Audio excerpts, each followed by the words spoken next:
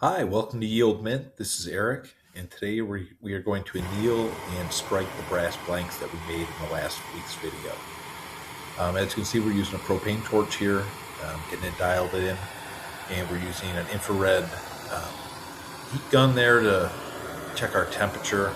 We're supposed to be getting somewhere around 700 degrees to 750 degrees Fahrenheit on these. I was having some issues with the gun this week.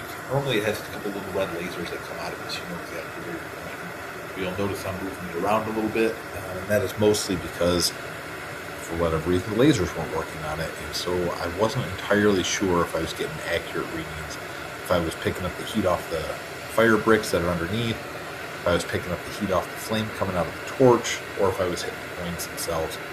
So it was a little bit confusing for me, and I wasn't quite sure that I got a temperature. But we'll find out when we strike. Brass is significantly harder than aluminum or copper, and so if we don't get them annealed properly, it makes very, very bad strikes on there. So as you'll see, the strikes we get as we go. And I ended up annealing 20 of these, but I'm only showing 5 here in the video.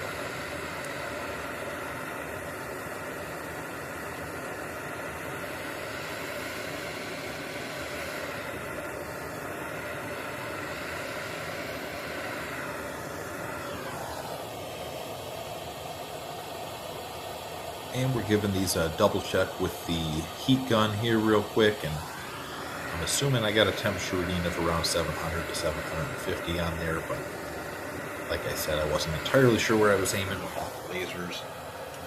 So we went ahead and got those annealed. We're turning off the torch right now. Then we're going to go ahead and quench these after one more check, and then we're going to get ready to strike.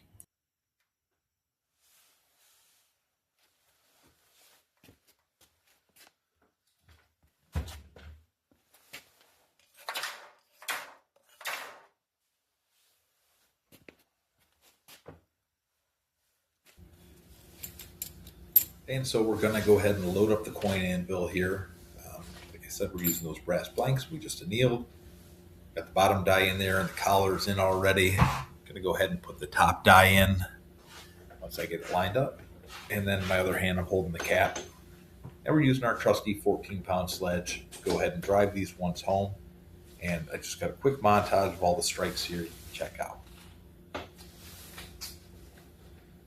Some of these strikes are better than others, but as you can see, most of these are pretty clean.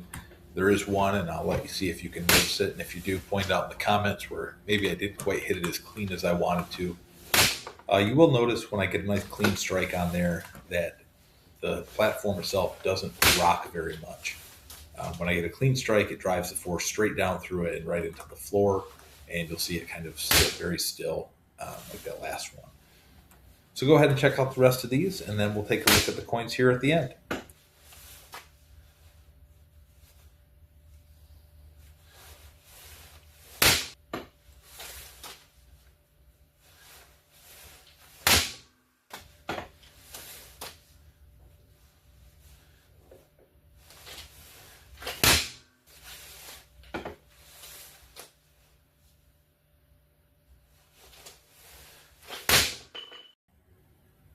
All right, as you can see, we got some very weak strikes on some of these. You can't even see the backside. These two at the top were done properly. I must hit the right temperature when I annealed those, and on these other ones, I didn't quite get it up to temperature high enough, and so they were a little bit harder than they should be. So we went through and looked at all of these and did the best we could with them. It does create a different look that is kind of cool and is interesting in the fact that they look like worn out coins if you ever had an old quarter or a dime. But let me know what you think. Answer in the comments any questions you have. Other than that, have a great day, and please like and subscribe. Thank you very much. Bye.